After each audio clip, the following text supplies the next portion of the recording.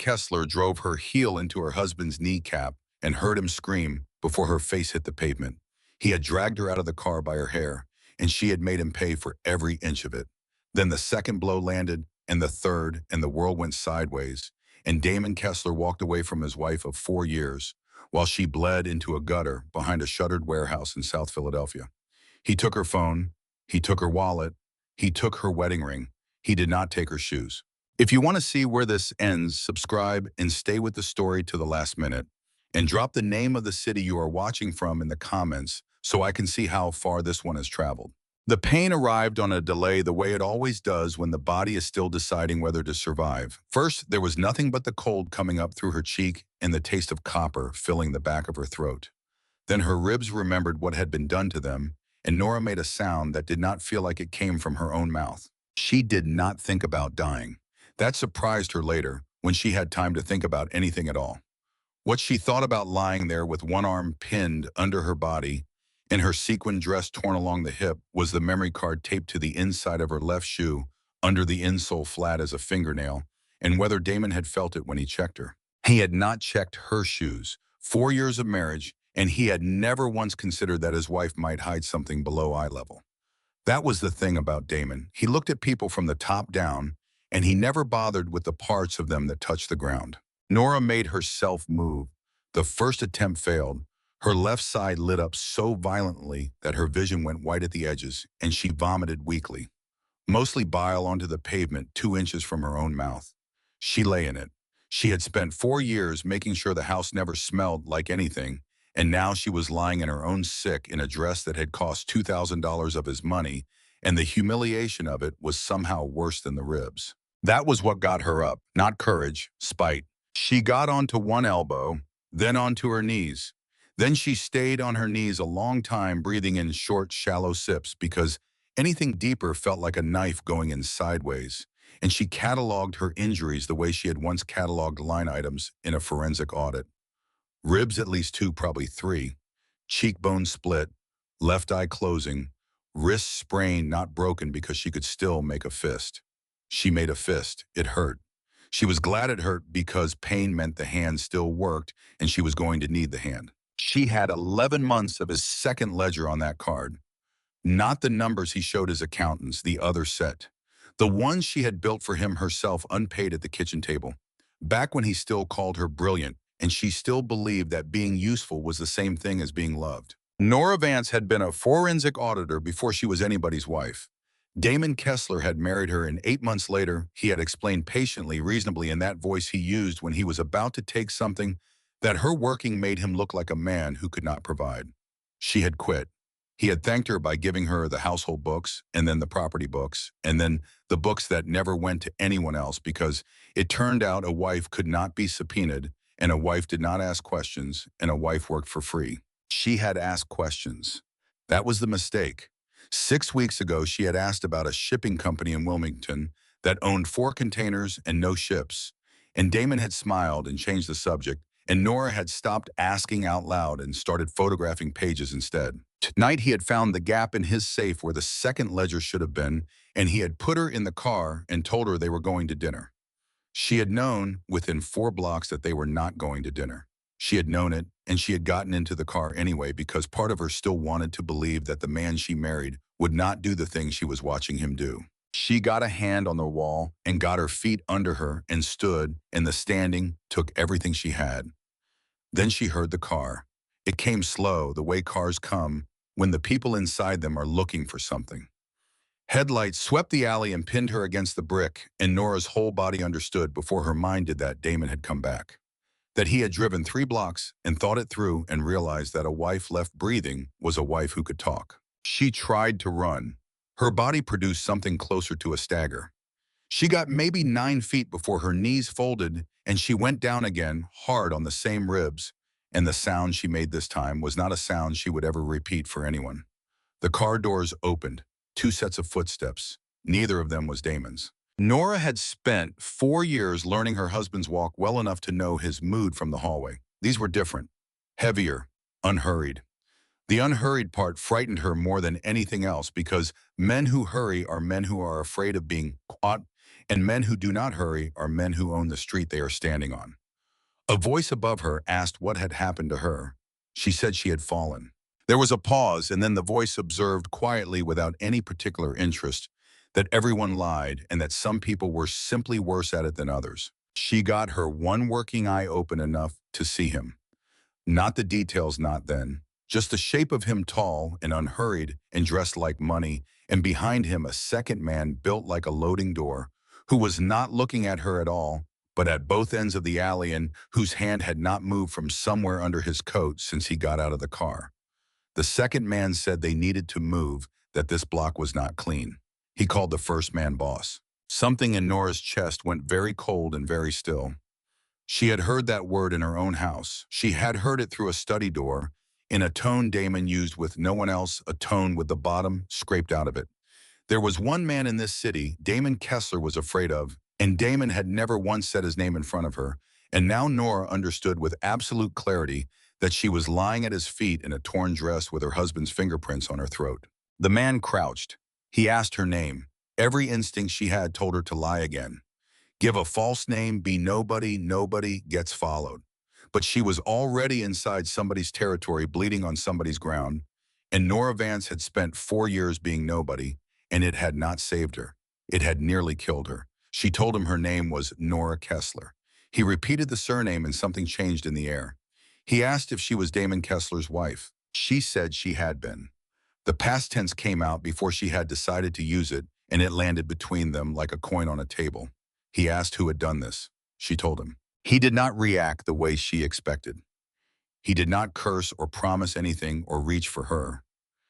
He went still, and it was the stillness of a man doing arithmetic, and Nora, who had spent her entire professional life reading numbers, recognized the expression instantly because it was the face of someone who has just found a figure that does not reconcile. He asked her a second question, and it was the wrong question, and it was the right one. He asked whether her husband had meant for her to die in that alley, or whether her husband had meant for him to find her there. Nora stopped breathing because she had been thinking about her ribs and her shoes and the memory card, and she had not yet let herself think about the geography. Damon owned 3 properties within a mile of their house. He had driven her 22 minutes across the river of one man's territory into the river of another to a dead-end alley behind a warehouse that any Philadelphian in his business would have been able to name the owner of. He had not lost his temper. Her husband had never lost his temper in his life. He had chosen the street. She said she did not know. It was the first true thing she had said all night, and it terrified her more than the lie. The man stood. He told the one built like a loading door to call the doctor. Then he bent again and put an arm behind her back, and Nora, half-conscious, ribs screaming, blood in her mouth, did the thing that would define every hour that came after. She refused. She got her damaged hand flat against his chest, and she held him off, and she told him she was not going anywhere with a man whose name she did not know.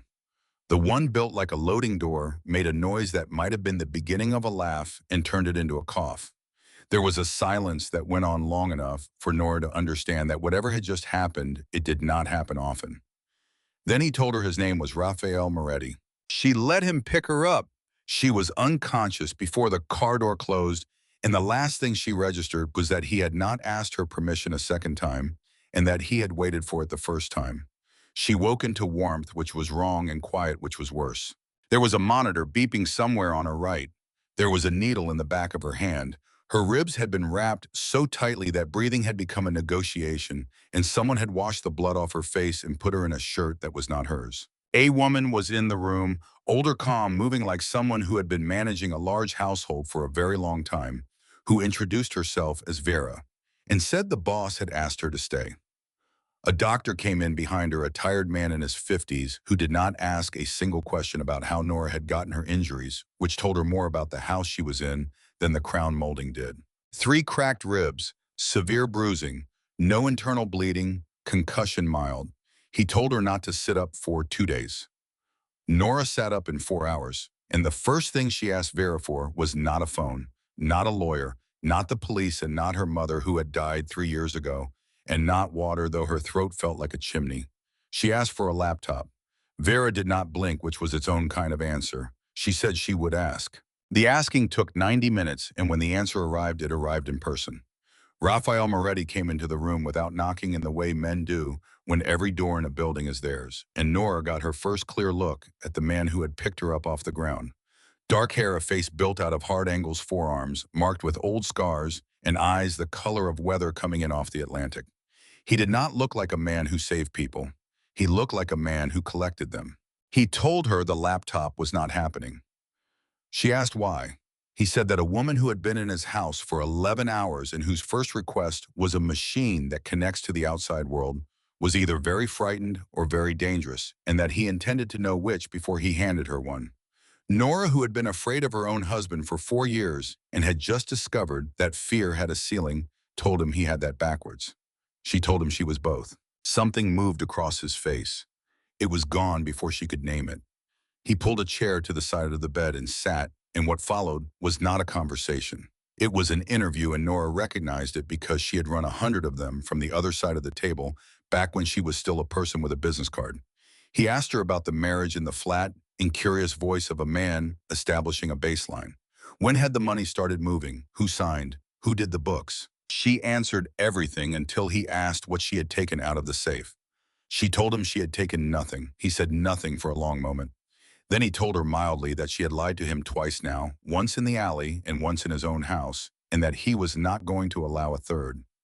Nora held his eyes and did not answer, and the silence between them stretched until it hummed. Because here was the thing she had worked out somewhere between the alley and the needle in her hand. Every person in this house had one reason to keep her alive, and it was that she was interesting.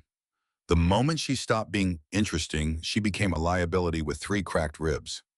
Damon had taught her that a woman with nothing to offer is a woman with nothing at all, and Damon had been a monster, but he had not been wrong about the world he lived in. She was not going to hand over the only thing she owned.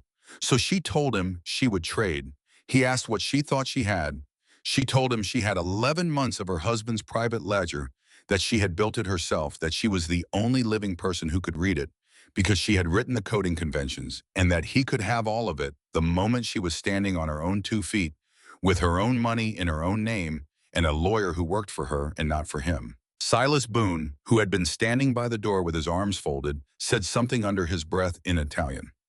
Rafael Moretti did not move for a full 10 seconds. Then he asked her one question, and it was the only one that mattered, and Nora understood from the way he asked it that he had already known the answer before he walked into the room. He asked whether there were containers in the ledger. Nora's blood went to ice. Because she had never said the word containers. She had said ledger. She had said 11 months. And Rafael Moretti had gone straight past every property, every account, every shell company, straight to the 4 containers registered to a shipping outfit in Wilmington that owned no ships, and there was exactly one reason a man did that. He already knew they existed, and he already knew they were not his and were flying his name. She told him yes, 4 of them, registered to a company called Harbor Line Delaware, and Harbor Line Delaware had one director of record, and it was not Damon Kessler. He asked her whose name was on it, and Nora Vance, who had spent 4 years being told she was decorative, looked the most dangerous man in Philadelphia in the face and told him the name, and watched what it did to him. It was a Moretti name, not his, someone inside his own house. Raphael went absolutely still in the exact way he had gone, still in the alley, and Nora watched the arithmetic run behind his eyes and watched it come out wrong, and she understood in that moment what her husband had actually done to her. Damon had not lost control. Damon had not left her to die. Damon had put a bomb in a dress and driven it across the river and set it down in Raphael Moretti's alley because a beaten wife bleeding on Moretti ground would bring Moretti himself out into the open. And because Damon had known that whoever came to collect her would eventually find out what she knew and would start tearing his own house apart, looking for the traitor inside it. She had not been discarded. She had been delivered. And the ledger in her shoe was not evidence against her husband. It was the fuse. Raphael Moretti did not accuse her of lying. That was the first thing Nora noticed, and it told her more than an hour of talking would have. A man who screams at bad news is a man who is hearing it for the first time. A man who goes quiet is a man who has been waiting for it. He asked her to say the name again. She said it again. Castellan. Emil Castellan, sole director of record for Harbor Line Delaware Incorporated, 14 months ago. Registered agent in Dover, 4 containers, no vessels, no employees, in a filing address that was a mailbox above a check cashing place on 4th Street. Silas Boone came off of the door frame like something had cut a wire in him and said that was not possible, that Emil had been keeping the books for the family since before either of them could shave, that Emil had carried the boss's father's casket. He said it fast and loud, and he kept saying it, and Nora recognized the sound because it was the sound she had made in her own kitchen the first time she found a number she could not explain and spent 3 hours inventing reasons. It was fine. Raphael let him finish. Then he said one word quietly, and Silas stopped talking. He turned back to Nora and told her she was going to prove it. She told him she was going to be paid for it. That was the moment she found out what kind of man he was, because he did not laugh, and he did not tell her she was in no position to bargain, and he did not remind her that she was in a bed in his house with 3 cracked ribs and no shoes. He asked her what she wanted. She had spent the last 4 hours building the list. A bank account in the name Nora Vance, opened in person at a branch with her own signature and no one else's on the card. A lawyer who took his instructions from her and billed to a retainer she controlled. Her passport, if it could be recovered, and a copy of her birth certificate, which was in a fire safe in a house she was never going back into. And a door that locked from the inside. Silas said the door part was going to be a problem. Ravel said it was not. He gave her everything on the list, and she understood immediately that he had given it too fast, that she had priced herself low, and she felt the sting of that in a way that surprised her. 4 years of asking her husband for grocery money had trained her to open at a whisper. She added one more item before he stood up. She told him she would not be called his, not his guest, not his responsibility, not his problem, and not, when he inevitably reached for it, his. He asked what she wanted to be called instead. She told him Nora was fine. The laptop arrived that evening. Air gap, Silas explained in a tone of deep personal grievance. No network, no ports, nothing goes in or out that does not go through him.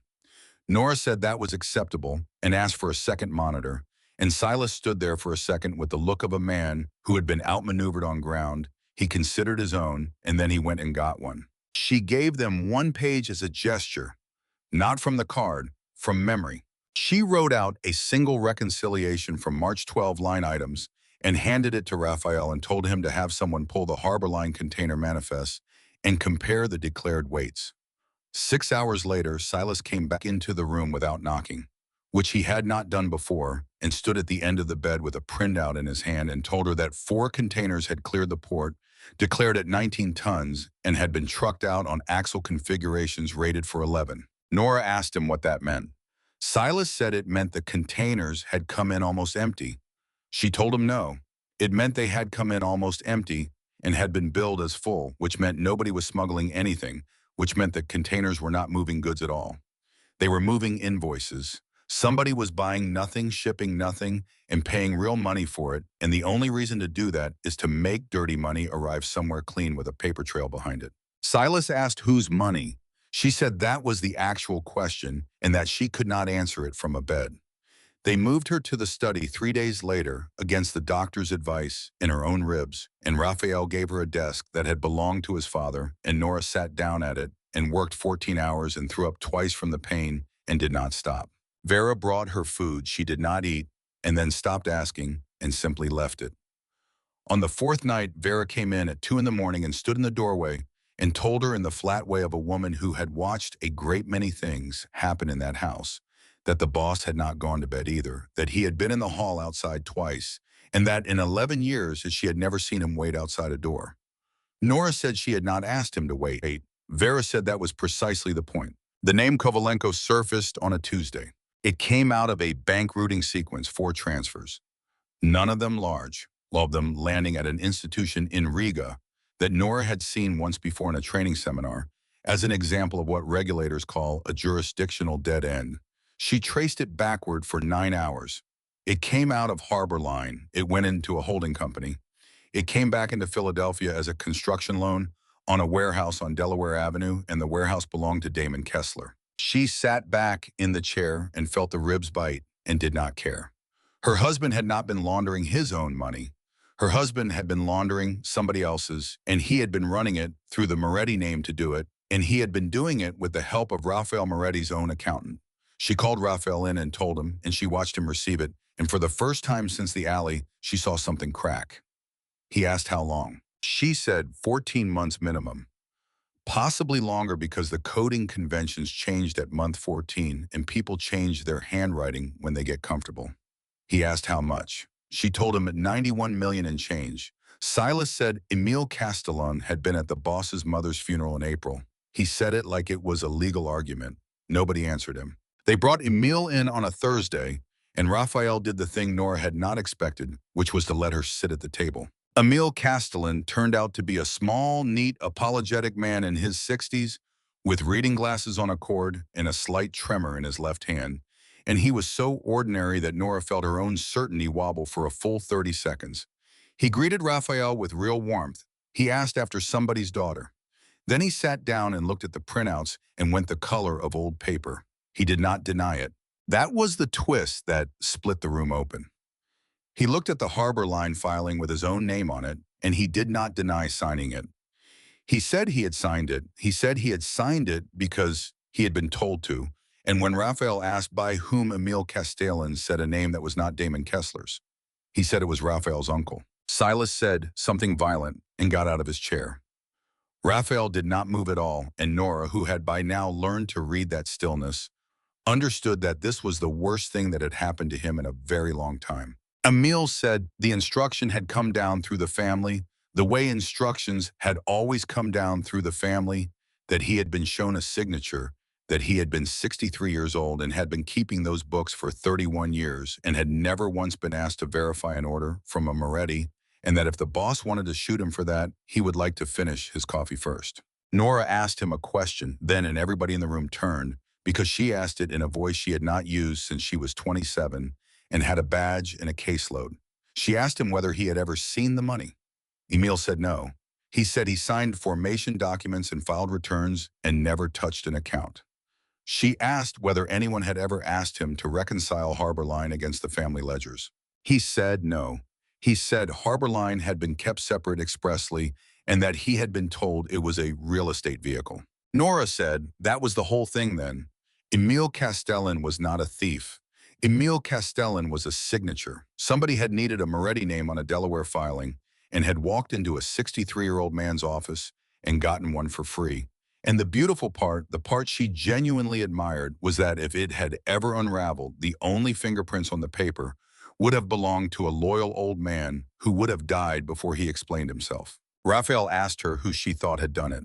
She told him she could not know that yet, but she said the person who did it had needed two things: access to the Moretti name and access to Damon Kessler's bank instructions.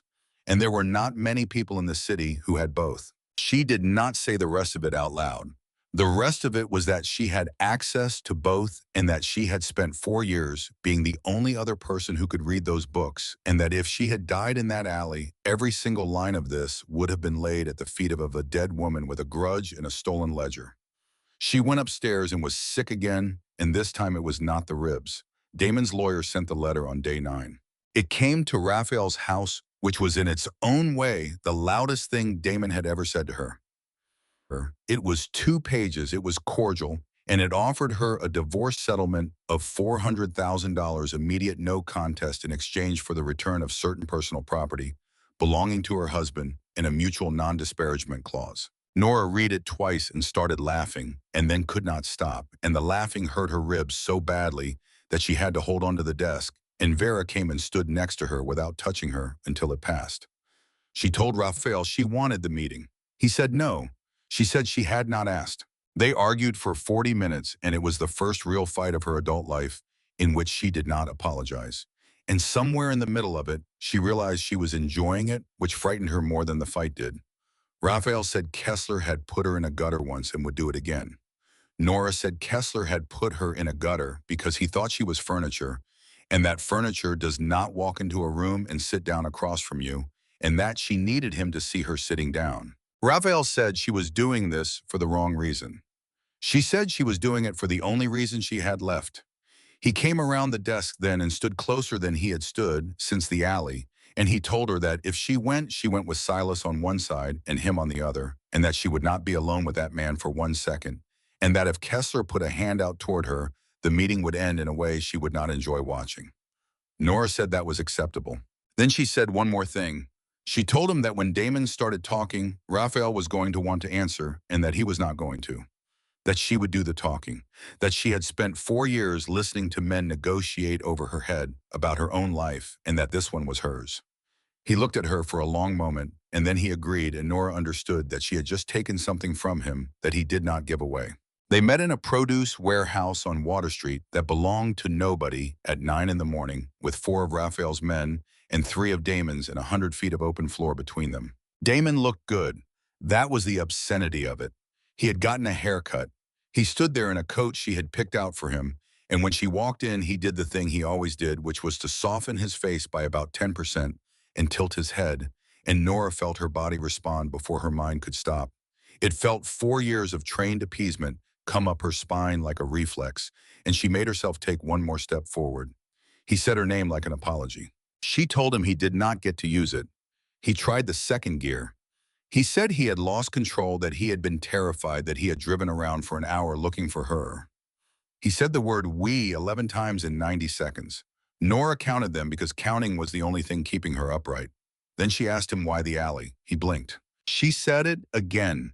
She said there were 3 properties he owned within a mile of their house and a river between there and where he left her, and 22 minutes of driving, and that he had passed 4 exits, and that a man who has lost control does not take exits. Damon's face did something she had never seen it do in 4 years. It went blank, not angry, administrative, like a man closing a file, and Nora realized that the version of him she had been married to had just left the building and that this one had been in there the entire time. He said she had always been the smartest person in any room she was in and that it had always been the problem. She asked him what she had been pledged against. And her husband, who had never in his life given her a straight answer, gave her one because he wanted to see it land. He told her she had been collateral for 8 months. He said the Kovalenko people had required a personal guarantee and that a guarantee in that world is not a signature. He said he had offered the house and they had laughed at him. He said he had offered the warehouse and they had laughed at him.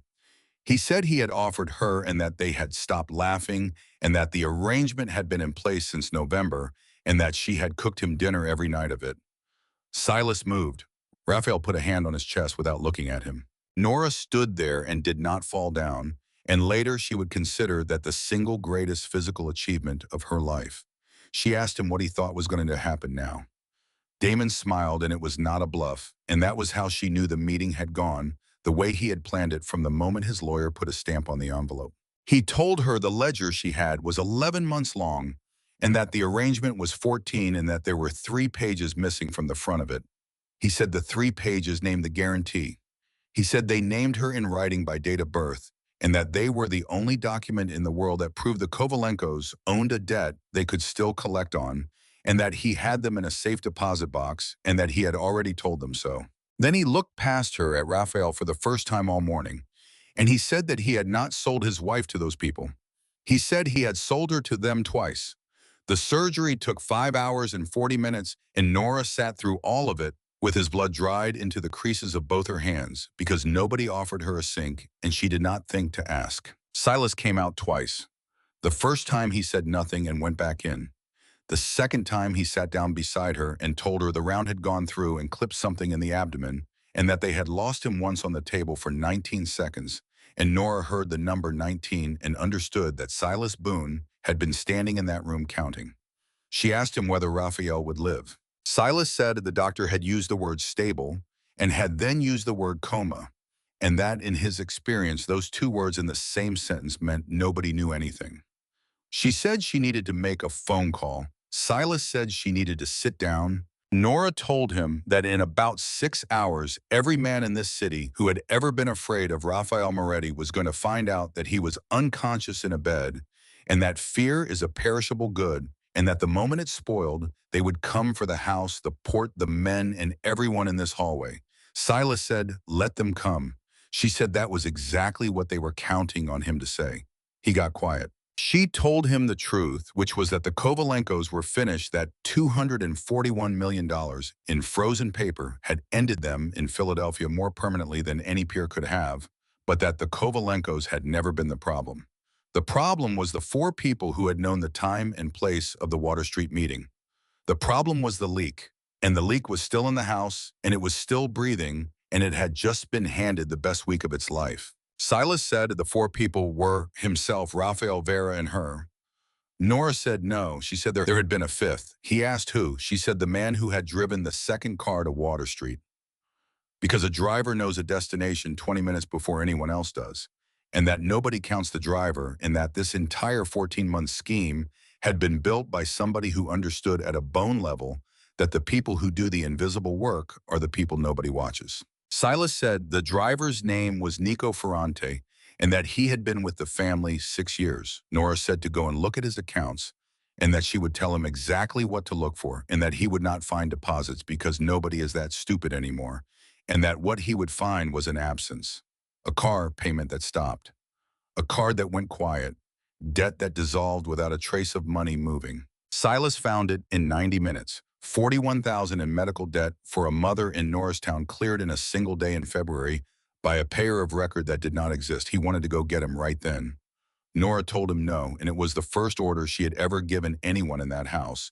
And the strange part was that he took it. She said Ferrante was the only line still open into whoever had been running this, and that a dead informant tells you nothing, and that they were going to leave him exactly where he was and start feeding him things, and that within a week she would know who had been on the other end of it for 14 months, because a man who reports faithfully will always report a lie as eagerly as a truth. Silas looked at her for a while and then said that the boss had told him the first night that she was the most dangerous thing that had ever come into that house. Nora said Raphael had told her the same thing to her face. Silas said the boss had not meant it as an insult, and Nora said she had not taken it as one. The calls started at 7 the next morning, and by 9 the house was under siege in the only way that mattered, which was not men at the gate, but silence on the phones. 2 suppliers did not answer. A councilman's office said he was in meetings all day.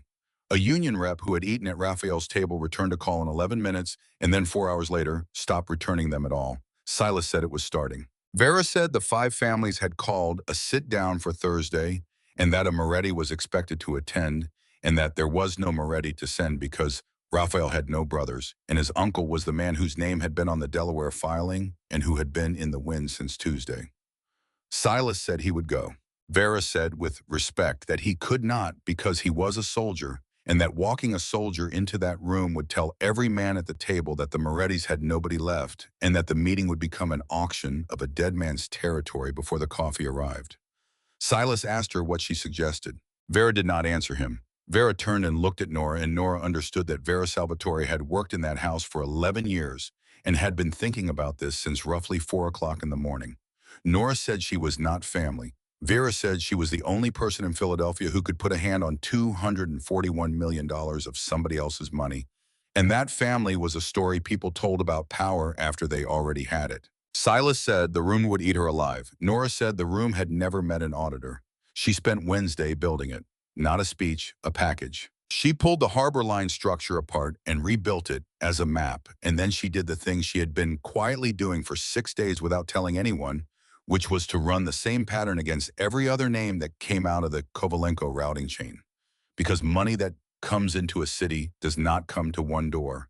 It knocks on all of them, and someone always answers. She found 3. 3 families at that table had taken Kovalenko money through structures that were cousins of Harborline, built by the same hand, with the same coding conventions, and the same lazy signature on the same Dover registered agent.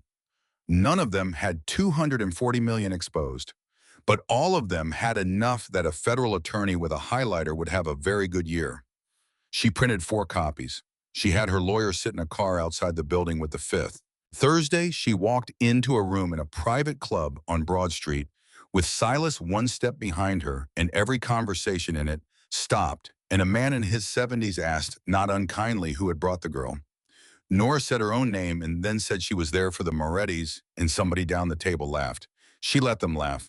She had learned something in 4 years of being condescended to, which is that the laughter is a window and that it closes. She said she would take 4 minutes.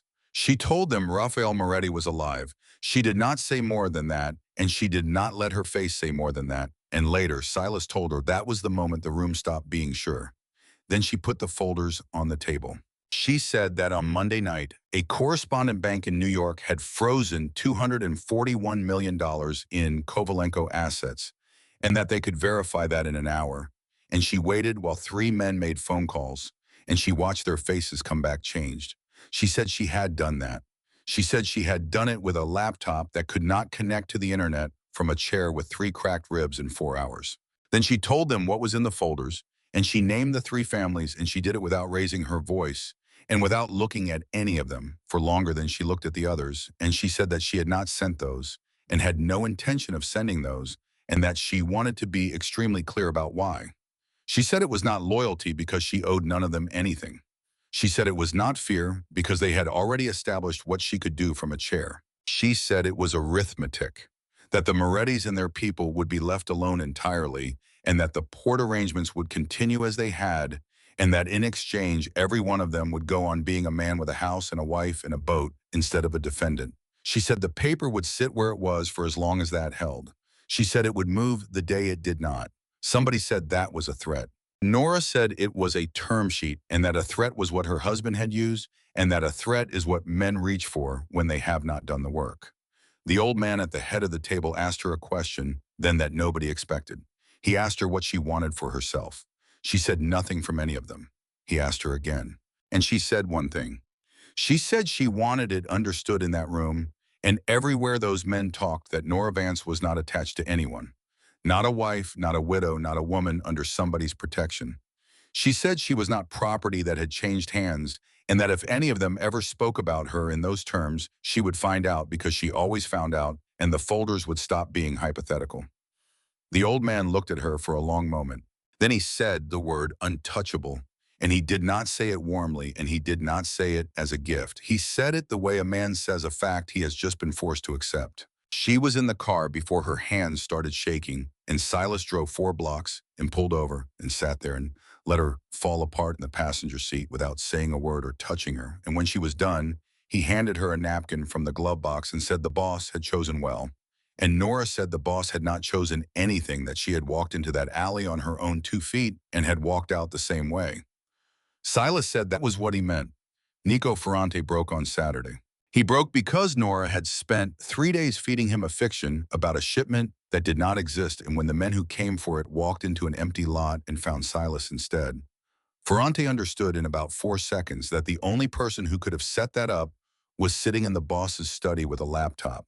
He gave up the name in under an hour. It was the uncle. Marco Moretti, 68 years old, who had held the family's Delaware paperwork for 2 decades, who had walked into Emil Castellan's office and gotten a signature for free, who had introduced Damon Kessler to the Kovalenkos in a restaurant in Bella Vista in the autumn of the year before, and who had spent 14 months building a river of foreign money through his own nephew's name, so that when it finally came apart, it would come apart on top of Raphael. Silas asked her how she had known it was him. Nora said she had not known. She said she had known it was somebody old because the coding conventions in the Harbor Line filings used a date format nobody under 50 had used since the 90s. And she said that when a person is careful about everything else and careless about one small habit, the habit is the person. Marco Moretti was found in a rental in Cherry Hill on Sunday morning and brought back to the house, and Silas asked Nora what she wanted done with him, and the fact that he asked her told her everything about where she now stood. She said she wanted him to write it down. Silas said that was all. She said all of it. Every date, every account, every conversation, and then she wanted him to sign it, and then she wanted him driven to the federal building on Market Street and left on the steps at 8 in the morning with the pages in his coat, and she said that a man who spends 20 years hiding behind paper should have the experience of being buried by it. Silas said the family would never forgive her for handing a Moretti to the government. Nora said the family had been standing at a graveside because of a Moretti and that they would forgive her by Christmas. They forgave her in 9 days. Damon Kessler was arrested on a Tuesday on 11 counts, and Nora sat in a room with 2 federal attorneys for 6 hours and gave them the ledger, the manifest, the wire chains, and the 3 pages that had come back from a safe deposit box in Yuri's release, the ones with her own date of birth on them under the word guarantee. One of the attorneys, a woman about her age, asked her quietly whether she wanted a moment. Nora said no. She said she had already had the moment 12 days ago on the ground. She filed for divorce the same week and took her name back, and the clerk who processed it had no idea what she was handing over and stamped it in about 9 seconds. And Nora walked out onto the sidewalk holding a piece of paper that said Vance and had to stop and stand there. Raphael woke on the 17th day.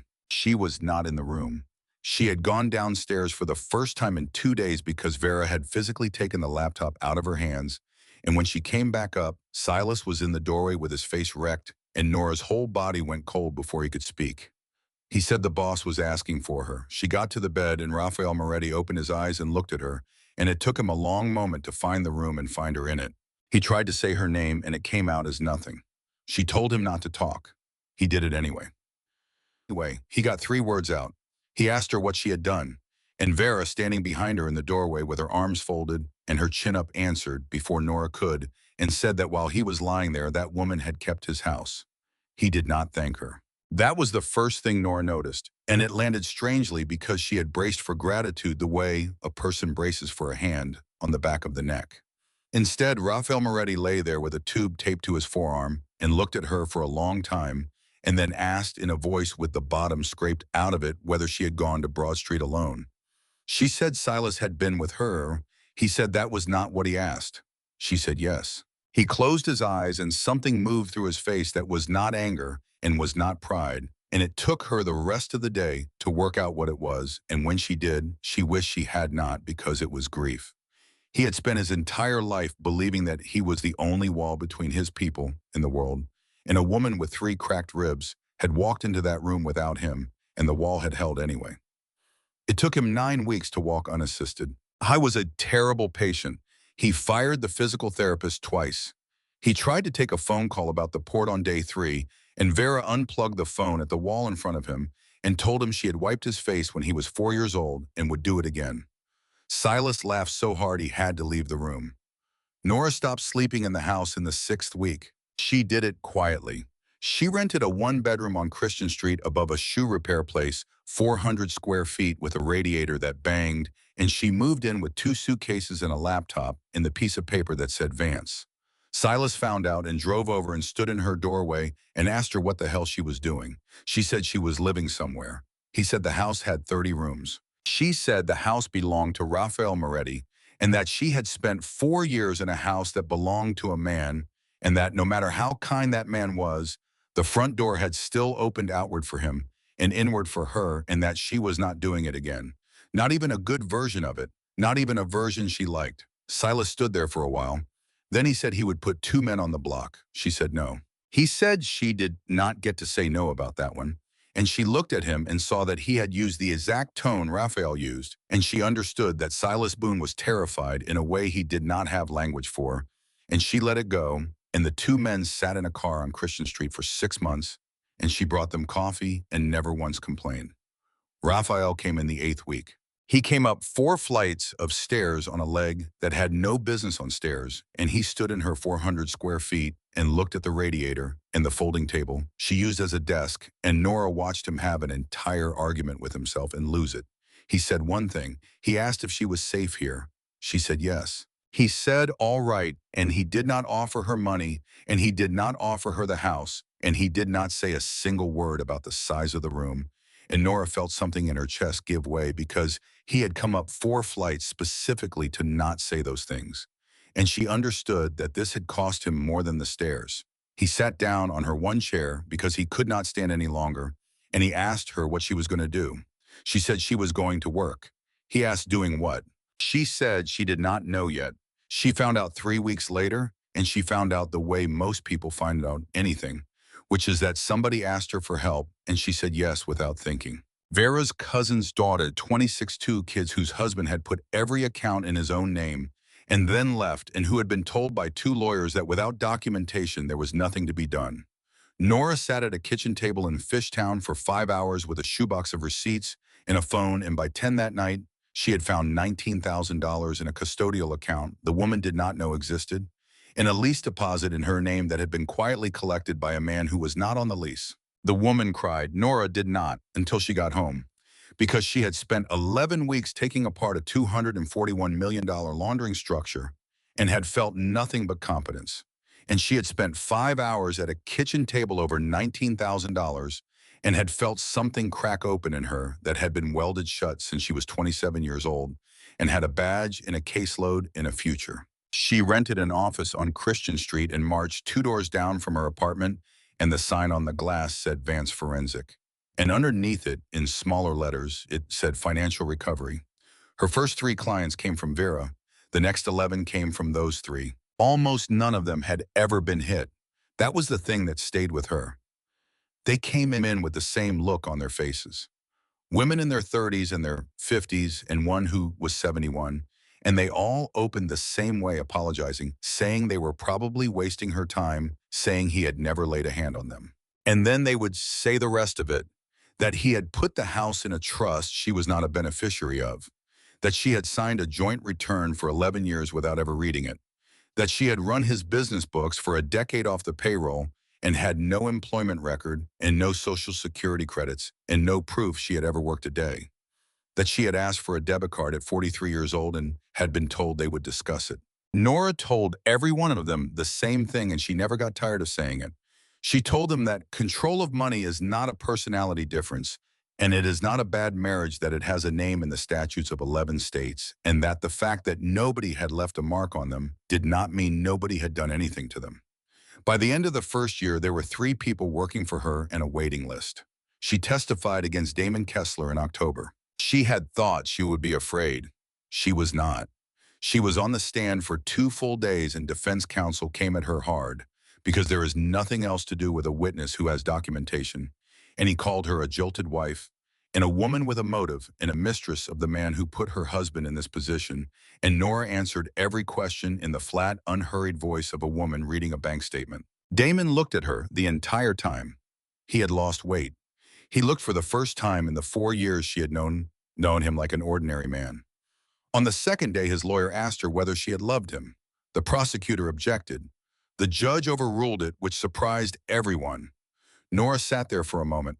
Then she said yes. She said she had loved him completely for 4 years and had cooked his dinners and kept his books and lost her career and her savings and most of her friends and had done all of it gladly, and that none of it was relevant because the documents in front of the jury did not care how she had felt. She said the ledger did not know she was his wife. She said it just knew what he did. The jury was out for 6 hours, 22 years. He wrote her 11 letters from Allenwood over the following 3 years. She read the first one standing at her mailbox, and it was 4 pages long, and by the second page he was explaining that she had never really understood the pressure he was under. She did not read the other 10. She did not throw them away either. She put them in a drawer, no pen, because there was a version of herself, a 25-year-old, in a bar in Old City who had needed to believe she was loved, and Nora had stopped being angry at that girl a long time ago. Emil Castellan came back to work with the Morettis in the spring. Nora put in a word for him and then hired his granddaughter as her first junior analyst, and the old man cried in her office and apologized for it 4 separate times. Marco Moretti took a plea and got 14 years. Nobody in the family ever mentioned him again, and Rafael Moretti kept showing up. Not often, not in a way that could be complained about. He came to the office in June with 2 coffees and stayed 20 minutes. He came in August because Silas had told him the landlord was being difficult about the lease, and Nora had already handled it, and he sat there and listened to her explain how she had handled it and did not offer to handle it for her, and she noticed and he noticed her noticing. In September, he asked her to dinner, and she said no. He said, all right. In November, he asked again, and she said no again, and this time she told him why, and it was the hardest conversation of her adult life. She said she had spent 4 years being somebody's and 11 days being somebody's problem and 1 year being nobody's, and that the year had been the first time since she was 25 that she had woken up and known whose day it was going to be. She said she was not afraid he would hurt her. She said she was afraid of the shape of it, that there was a version of this where she moved into 30 rooms and became the woman who used to have an office on Christian Street, and that it would happen so slowly and so pleasantly that she would not notice it happening, because that is exactly how it had happened the first time. Rafael listened to all of it without interrupting, which she had learned was the thing about him. Then he asked her one question. He asked what would have to be true. She said she did not know. He said then she should tell him when she did, and he would wait, and he said it without any weight on it at all. And then he changed the subject to the port, and Nora sat there and understood that she had just been given something she had never in her life been given by a man, which was time that had no invoice attached. He waited 14 months. He did not call it waiting. He came to the office and drank coffee and argued with her about the Eagles and drove her to Reading once for a client meeting and did not come inside. When her name got into the Enquirer in a piece about coercive financial control that ran on a Sunday, he cut it out and mailed it to her and did not include a note, and Nora put it on the wall behind her desk and left it there. And somewhere in that 14 months, the thing she had been afraid of stopped being possible because she had built something that could not be moved into a house. 11 employees, a retainer with the Pennsylvania Coalition Against Domestic Violence, a contract to train state auditors, and a woman from Camden who stood up at the end of a seminar and said that Nora Vance had gotten her daughter back. She called him in February. She said one sentence. She said she knew what would have to be true. He was at her door in 19 minutes, and she opened it and told him before he could say anything that she was not moving into his house, that she would not be at that table on Broad Street as anybody's. Anything that Vance Forensic did not take Moretti money and never would, and that if he ever once in front of anyone used the word mine about her, she would walk out of the room and not come back. Raphael Moretti stood in her doorway and said he had thought that was already understood. She said she needed it, he said, all right. Then he said one more thing, and it was the only romantic thing he ever said to her, and he said it badly, which is how she knew he meant it. He said that he had picked her up out of an alley once, and that he had spent every day since then finding out that she had not needed him to. He said he was staying anyway. They married in a courthouse 2 years later with Silas and Vera as witnesses and no photographs, and she did not change her name, and the clerk had no idea who either of them was. At the party afterward in a restaurant in Bella Vista, one of the old men from Broad Street came to pay respects and made a toast, and he called her the Moretti Queen, and he meant it as the highest compliment he had. Raphael's hand tightened on his glass, but Nora got there first. She thanked him, and then she told him in front of 40 people that she was not untouchable because anyone had crowned her. She said she was untouchable because she knew where every dollar in this city went to sleep at night, and that a crown can be taken back and what she had could not. The old man laughed and said he would drink to that. Raphael did not laugh. He looked at her the way he had looked at her in that alley when a woman with 3 cracked ribs put a hand flat on his chest and refused to be carried anywhere by a man whose name she did not know. 20 years later, Vance Forensic had offices in 4 cities and had recovered $190 million for 11,000 women, and Nora Vance had never once let anybody tell her story for her. She had not been rescued. She had been left for dead in an alley by a man who thought she was furniture, and she had gotten up on her own knees in her own name and had spent the rest of her life teaching other women how to do the same thing.